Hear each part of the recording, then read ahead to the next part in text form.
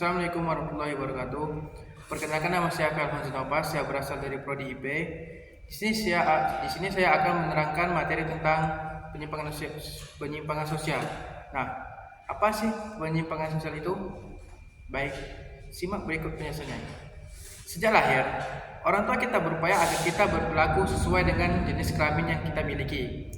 Bayi perempuan dan bayi laki-laki diperlukan diberi pakaian berbeda, diberi mainan yang berbeda pula. Nah, anak laki-laki diharapkan aktif, kasar, sedangkan anak perempuan itu diharapkan untuk pasif dan lembut. Anak perempuan diharapkan bermain dengan mainan yang berbentuk boneka, binatang, rumah tangga, perlengkapan masak atau menjahit. Nah, sedangkan anak laki-laki itu bermain dengan mainan berbentuk perlengkapan perang, senjata, tank, pesawat tempur, ataupun binatang buas. Penyimpangan sosial itu, meskipun masyarakat telah berusaha agar setiap anggota berperilaku sesuai dengan harapan masyarakat. Namun, dalam tiap masyarakat, kita selalu menjumpai adanya anggota yang menyimpang adanya penyimpangan atau nonkonformitas. Kita pasti akan menjumpai adanya anak perempuan berlaku baik seperti anak laki-laki dan lebih suka berpakaian laki-laki, bergaul dengan anak laki-laki, bermain dengan permainan jantan, sering disebut tomboy. Sebaliknya pun ada anak laki-laki yang berperilaku mirip anak perempuan. Nah, anak perempuan lemah lembut, bergaya bicara seperti anak perempuan, bermain dengan anak perempuan, sering disebut sisi. Apa sih definisi sosial penyimpangan? Nah, menurut pendapat ahli sosiologi, penyimpangan bukan sesuatu yang melekat pada bentuk perilaku tertentu, melainkan diberi ciri penyimpangan melalui definisi sosial. Definisi tersebut dapat bersumber pada kelompok yang berkuasa, pada masyarakat ataupun masyarakat umum. Nah, definisi sosial juga dapat disebut sebagai konstruksi sosial yang dibangun oleh masyarakat untuk mendefinisikan suatu hal yang terjadi di dalam masyarakat dan akan menjadi fakta sosial ketika definisi tersebut diterima semua anggota masyarakat. Contoh-contoh penyimpangan sosial: apabila seseorang perempuan meninggalkan semua pakaiannya sehingga berada dalam keadaan bugil di hadapan sejumlah mahasiswa yang sedang mengikuti kuliah pengantar sosiologi, ia akan dianggap melakukan penyimpangan. Nah, pastinya dia akan melakukan penyimpangan karena di dalam kampus itu mempunyai aturan sehingga mewajibkan semua mahasiswa itu berpakaian sopan dan rapi. Namun, bila perbuatan yang dilakukan oleh seorang model perempuan di studio lukis di depan mahasiswa seni rupa dalam rangka mata ajaran melukis tubuh manusia, perbuatan ini tidak dianggap sebagai penyimpangan karena sesuai dengan bidangnya.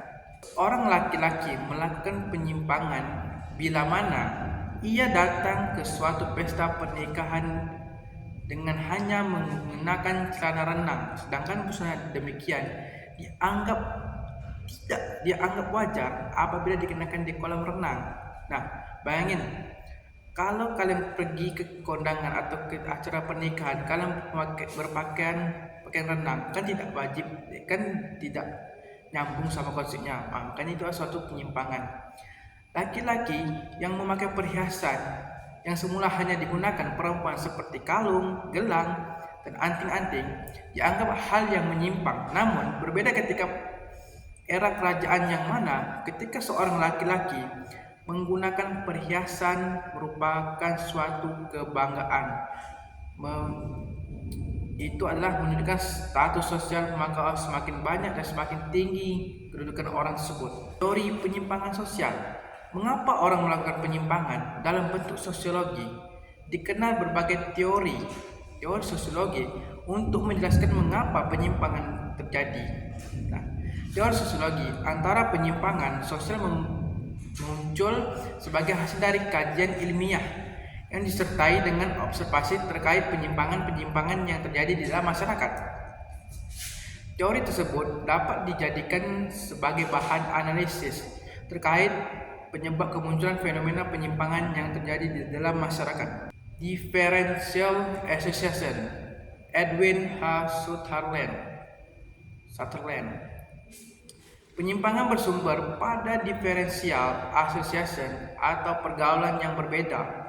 Penyimpangan dipelajari melalui proses ahli budaya, cultural transmission. Melalui proses belajar ini, seseorang mempelajari suatu deviant,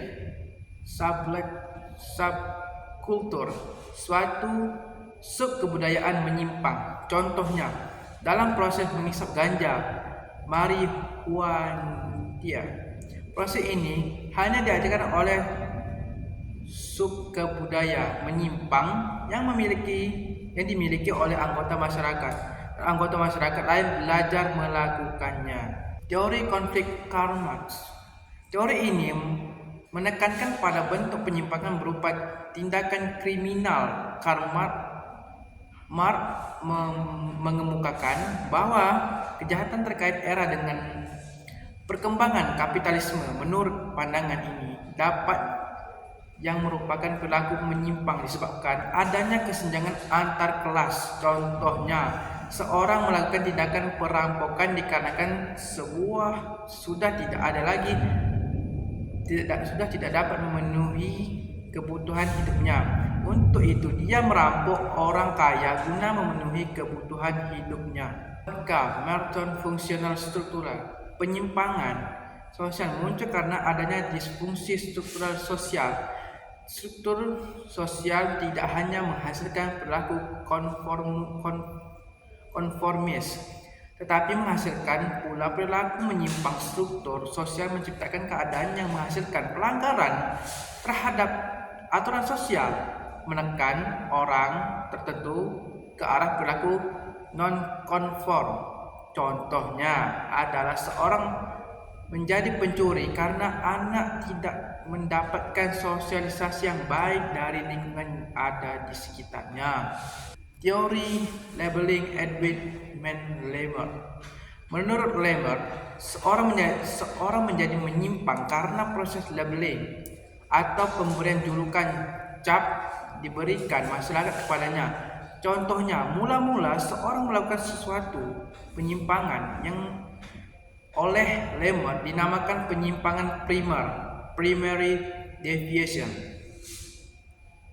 Akibat dilakukannya penyimpangan tersebut, misalnya pencurian, penipuan, pelanggaran susila, si penyimpang lalu diberi cap pencuri, penipu, pemerkosa sebagai tanggapan terhadap pemberian cap oleh orang lain. Maka si pelaku menyimpang primer kemudian mengidentifikasikan dirinya sebagai penyimpang dan mengulang lagi perbuatan menyimpangnya. Kemudian selanjutnya si pelaku melakukan penyimpangan sekunder atau secondary deviation, sehingga mulai menganut suatu gaya hidup menyimpang, deviant lifestyle, yang menghasilkan suatu karir yang menyimpang. Sejak penjelasan saya tentang penyimpangan sosial, terlebih dan terkurang saya mohon maaf. Saya tutup dengan Assalamualaikum warahmatullahi wabarakatuh.